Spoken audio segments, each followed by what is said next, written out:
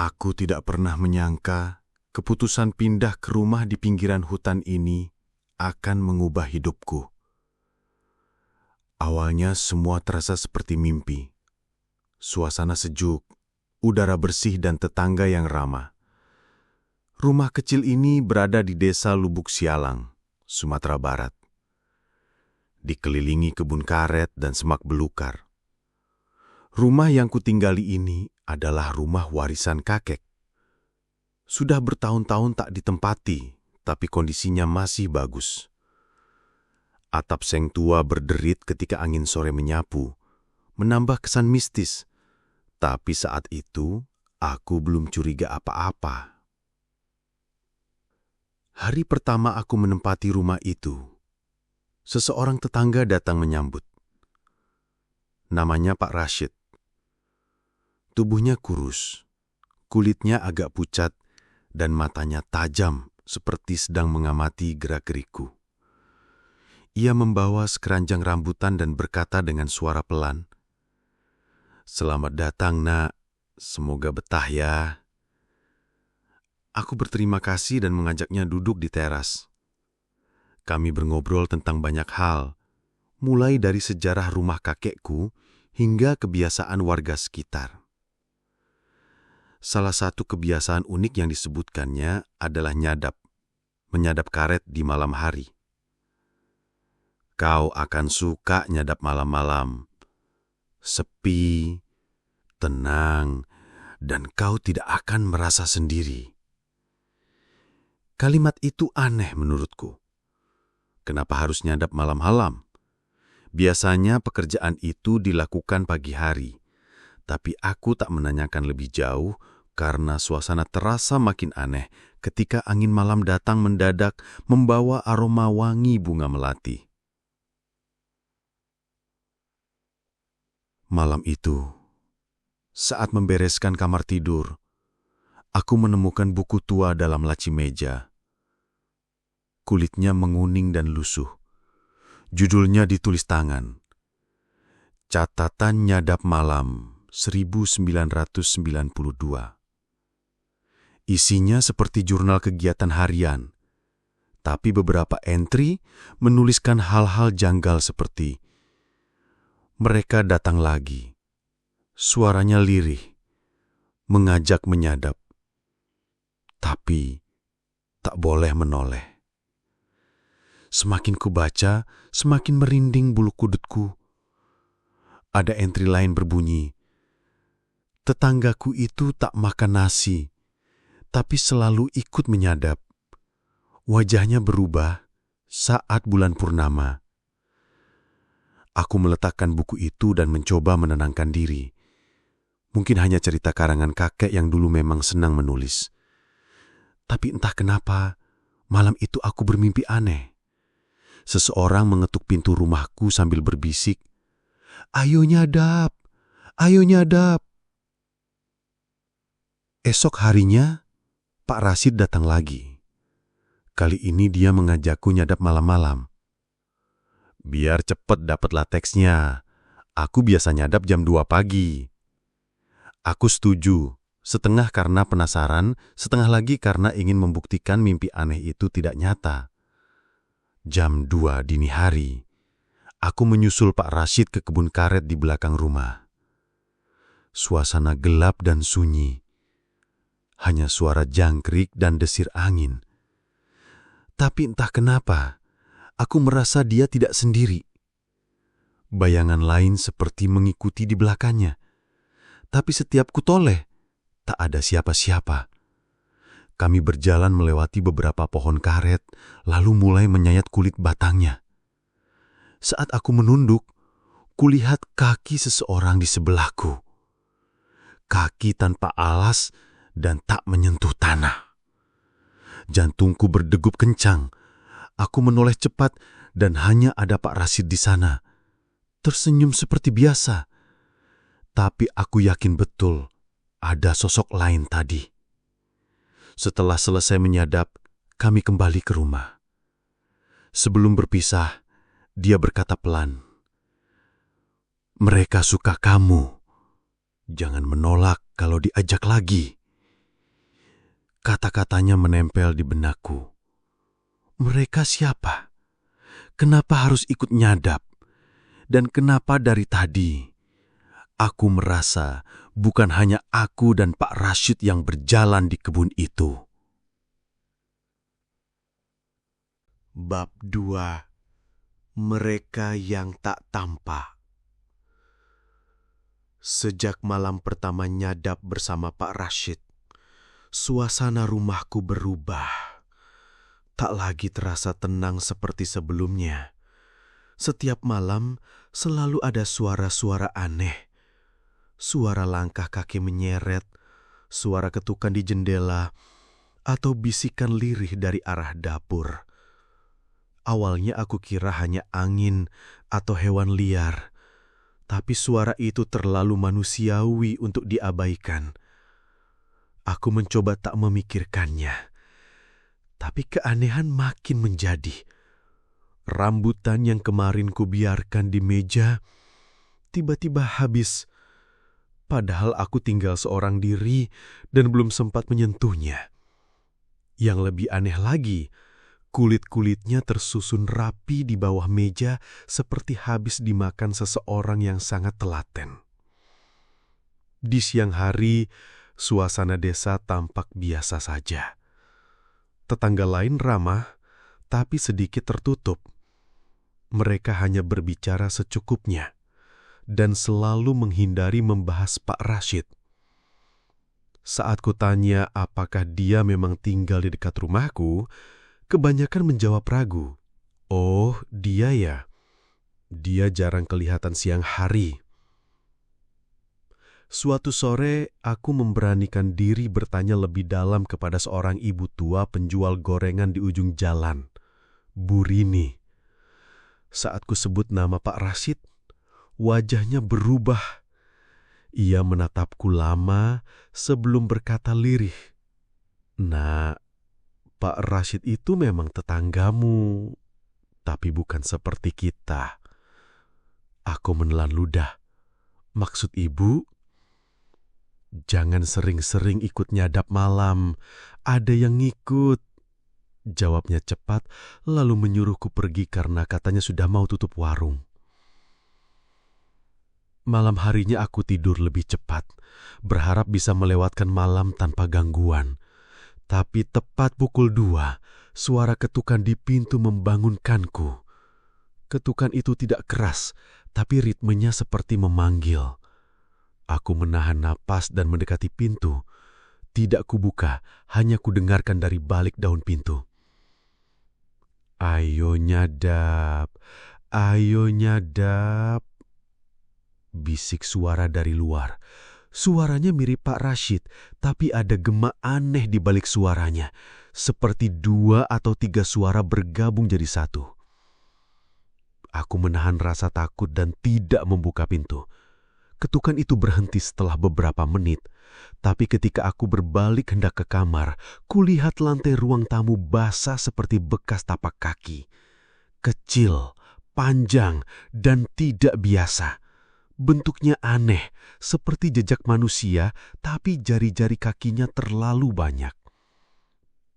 Keesokan harinya, aku nekat mendatangi rumah yang katanya milik Pak Rashid. Rumah itu berdiri tak jauh dari rumahku, tapi anehnya, aku belum pernah benar-benar melihatnya dengan jelas, seperti selalu terhalang kabut atau semak-semak. Begitu kutemukan, rumah itu tampak tua, hampir mirip rumahku, tapi lebih gelap. Pintu terbuka sedikit. Aku memanggil pelan, "Pak Rashid?" Tapi tak ada jawaban. Perlahan aku masuk. Suasananya lembab. Bau tanah dan karet membaur di udara.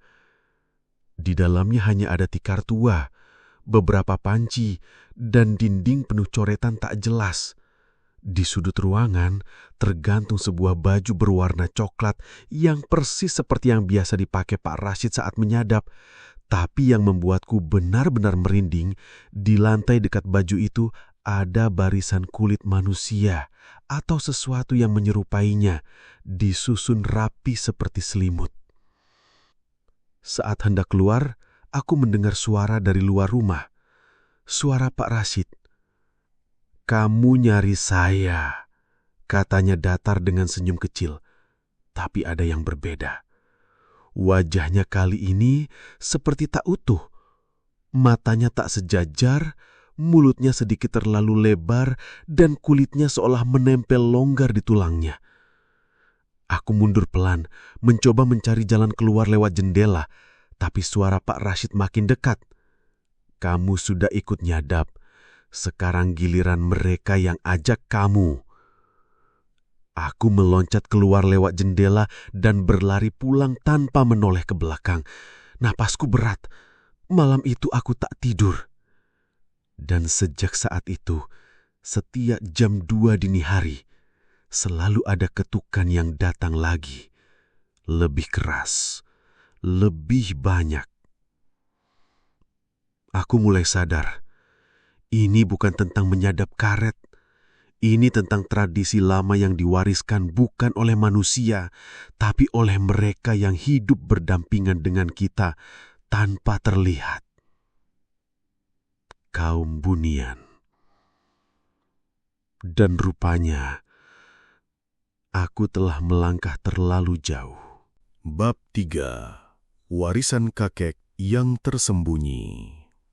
Sejak kejadian di rumah Pak Rashid, aku merasa hidupku terus diawasi. Siang hari terasa normal, tapi malam seperti neraka yang ditutupi langit cerah.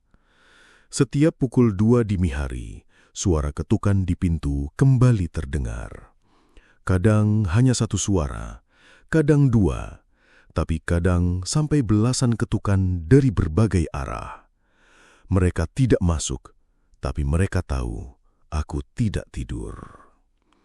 Rasa takut bercampur penasaran membuatku memutuskan mencari tahu lebih dalam tentang masa lalu rumah ini. Aku tahu kakek pernah hidup bertahun-tahun di sini sebagai penyadap karet. Tapi tak banyak yang diceritakan ibu soal kehidupannya di desa ini. Yang ku tahu, kakek menghilang secara misterius tanpa jejak, dan itu satu-satunya alasan kenapa rumah ini kosong begitu lama. Aku kembali membuka buku tua, catatan nyadap malam 1992, yang sebelumnya kutemukan. Kali ini ku baca lebih serius. Di antara coretan tentang kegiatan menyadap, banyak entri yang membingungkan. Jangan menolak undangan malam Jumat Kliwon. Kalau melihat bayangan mereka, pura-pura tak tahu. Jangan beri mereka nama anakmu. Salah satu entri tanggal 17 Juli 1992 mengguncangku. Hari ini aku menandatangani ikatan nyadap bersama mereka, demi hasil panen yang lancar dan tubuh yang kuat. Tapi aku diberi syarat, tak boleh menikah lagi, tak boleh bawa keluarga ke sini. Aku langsung merinding. Apakah itu alasan kenapa ibu tak pernah diajak tinggal di rumah ini? Apakah kakek menyembunyikan keluarganya dari kaum Bunian demi mempertahankan perjanjian? Keesokan malamnya, aku memutuskan tidak tidur. Kutaburkan garam kasar di depan pintu dan jendela. Kubakar kemenyan peninggalan kakek yang kutemukan di bawah loteng. Tapi suara ketukan tetap datang. Bahkan kali ini disertai bisikan panjang dan suara-suara tawa kecil, seperti suara anak-anak. Malam itu aku bermimpi. Dalam mimpiku, aku berada di tengah kebun karet, dikelilingi banyak sosok berpakaian coklat lusuh. Wajah mereka samar, seperti diselimuti kabut tipis. Salah satu dari mereka mendekat dan memanggilku. Andra, anak Marni, cucu Pak Raffi. Aku kaget. Mereka tahu nama ibuku. Mereka tahu nama kakek. Sosok itu kemudian berkata, "Kami tak pernah tinggalkan perjanjian, tapi darahmu menolak warisan. Kami hanya ingin kau melanjutkan nyadap." Aku terbangun dengan nafas terengah-engah. Di keningku ada bekas garis merah seperti dicakar, dan bau kemenyan masih tersisa di udara. Aku sadar, mimpi itu bukan sekedar mimpi. Hari itu aku pergi ke rumah kepala dusun, Pak Amir, satu-satunya orang tua yang mungkin masih ingat masa lalu kakekku. Saat kutanya tentang Pak Raffi, wajah Pak Amir tampak murung. "Kakekmu itu penyadap terbaik di sini," katanya lirih. "Tapi dia terlalu dekat dengan mereka." "Mereka siapa, Pak?" tanyaku. Pak Amir menatapku dalam-dalam. "Kaum bunian, penghuni yang tak kasat mata. Mereka yang bantu kakekmu menghasilkan lateks terbaik, paling kental dan paling banyak. Tapi dengan harga..." Aku terpaku. "Mereka menginginkan keluarga kakekmu tetap menjadi bagian dari perjanjian. Kau, Andra, mungkin pewaris yang ditunggu-tunggu." Dalam perjalanan pulang, pikiranku kacau. Jadi bukan kebetulan aku ditarik kembali ke rumah ini. Mimpi, suara ketukan, bahkan Pak Rashid, semua adalah bagian dari perjanjian yang belum selesai. Malam harinya, aku duduk di teras rumah sambil membaca kembali halaman terakhir dari catatan kakek. Tulisannya seperti tergesa, tapi jelas. Kalau cucuku membaca ini, ketahuilah, mereka akan datang menagih. Bukan nyawa, tapi peran, dan tak bisa lari. Tepat pukul 2 dini hari, suara ketukan kembali terdengar. Kali ini bukan hanya di pintu depan, tapi juga di jendela kamar, belakang rumah, bahkan genteng. Suaranya seperti memanggil, melingkari rumahku. Aku tak bisa lagi berpura-pura tak tahu. Aku adalah bagian dari warisan yang tak bisa ditolak. Tapi satu hal pasti, aku belum menyerah. Aku ingin tahu, apakah perjanjian ini bisa diputus, ataukah satu-satunya cara adalah menyerahkan diri sepenuhnya pada dunia mereka. Bab 4.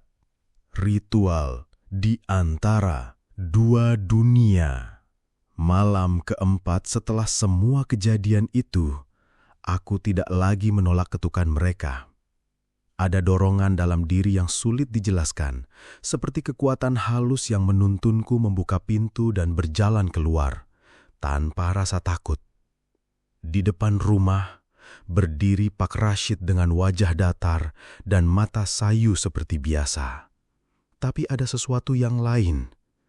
Di belakangnya, samar, berdiri beberapa sosok kabur dalam kabut malam. "Kau sudah siap," katanya pelan. Aku tak menjawab. Langkahku mengikuti dia ke arah kebun karet. Dan semakin jauh kami berjalan, kabut semakin tebal. Tapi kali ini aku tidak merasa dingin atau takut. Anehnya, ada rasa tenang yang menyelinap perlahan, seolah aku memang seharusnya berada di antara mereka. Kami berhenti di sebuah pohon karet tua yang sangat besar, jauh lebih tua dari pohon lainnya. Di pangkal pohon itu terbentang lingkaran tanah hitam terbakar, dikelilingi serpihan getah karet dan benda-benda aneh. Belulang binatang kecil, potongan kain coklat tua, dan semacam dupa yang mengeluarkan bau manis pahit. Pak Rashid menoleh padaku. "Ini tempat mereka membuka jalur. Kau akan lihat nanti." Seketika, udara berubah. Sunyi mendalam menyelimuti, bahkan suara jangkrik pun lenyap. Dari balik kabut, mulai muncul sosok-sosok berwajah asing. Wajah mereka tidak mengerikan, justru menenangkan, tapi tak manusiawi. Matanya terlalu jernih. Senyumnya terlalu datar dan gerakan mereka seperti melayang, bukan berjalan. Mereka mengelilingiku. Salah satu dari mereka menyentuh bahuku dan berkata dalam bahasa yang seolah-olah asing, tapi kupahami. "Kau pewaris darah, penyambung nyadap. Malam ini, kau akan lihat bentuk sejati."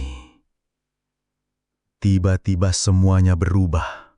Di mataku, kebun karet tak lagi tampak gelap dan menyeramkan. pohon-pohon bersinar lembut dan getah karet mengalir seperti cahaya.